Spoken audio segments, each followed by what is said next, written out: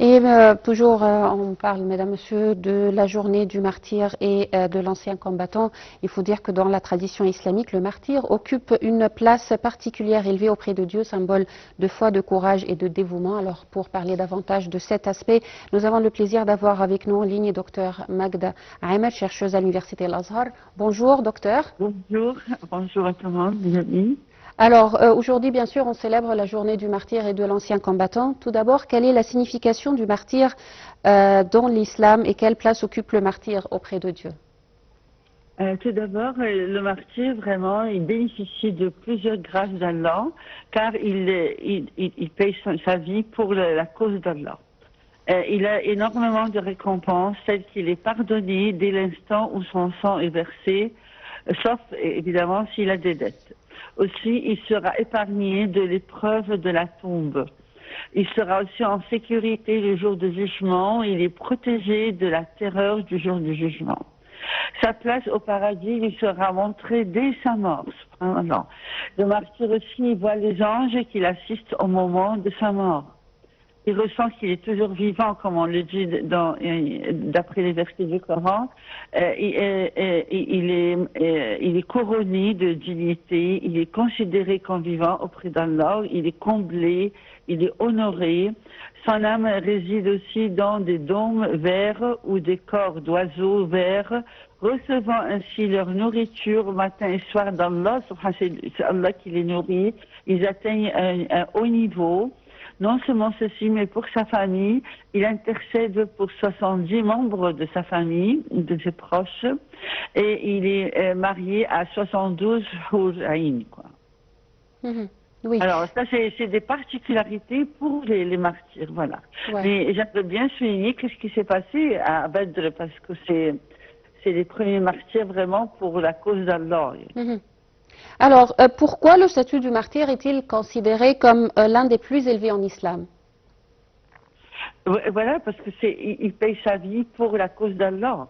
Alors, ça, c'est autre chose. C'est vraiment, il met toute sa confiance en Allah. Il peut sacrifier tout pour lui. Et l'intention, c'est ce qui compte. C'est pas pour la gloire ou pour l'honneur ou quoi que ce soit. C'est vraiment pour la cause d'Allah. Oui. Et on a des exemples qui sont magnifiques durant Badr, surtout, parce que là, on célèbre aussi Badr, la bataille de Badr, où le nombre de combattants était inférieur, les combattants musulmans étaient inférieurs aux combattants non-croyants et tout. Et voilà, qu'est-ce qu'ils ont fait, les musulmans? Ils ont imploré Allah, et Allah a exaucé leur invocation en envoyant des milliers d'anges qui déferlent pour les soutenir durant la bataille. Alors là, on a des miracles qui peuvent arriver vraiment. Allah, il infligea de lourdes pertes aux mécréants. On voyait comment, subhanallah, énormément de soldats qui sont en véritable sens des anges, qui sont descendus du ciel afin de combattre avec Jibril. Enfin, c'est ça aussi, il est connu comme l'ange le leader, quoi, c'est l'ange de Dieu combattant, et Mikaïl. Et voilà, c'est subhanallah, on croit que c'est vraiment uniquement les croyants qui combattaient, mais en réalité, les anges, ils combattaient avec eux, ils tuaient les ennemis. On raconte que lorsque même le musulman s'approchait des mécréants, la tête était déjà coupée avant lui, et subhanallah, à travers les anges.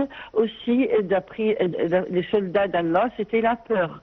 Allah, il les a assistés par la peur. Comment? Allah, il projeta la peur dans le cœur des mécréants, et au contraire, pour les musulmans, il projeta la sécurité. Et puis voilà, le nombre de musulmans par rapport au nombre de non-musulmans au départ était 1 par rapport à 10, et à la fin c'était 1 comparé à 2. Alors Allah subhanahu wa ta'ala, il a allévié leur infliction, quoi. Parmi les soldats d'Allah, c'était la pluie. Alors là, c'est très beau, car la pluie, elle peut avoir un impact positif sur les croyants et un impact négatif sur les mécréants.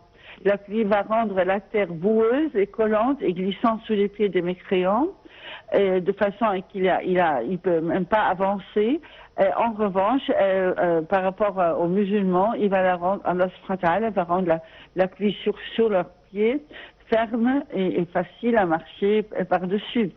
Parmi les soldats aussi, c'est la vision des musulmans et des mécréants. Ça, c'est vraiment épatant. On voit comment que les musulmans, ils vont voir les mécréants peu nombreux et Allah va projeter dans leur cœur l'enthousiasme pour combattre.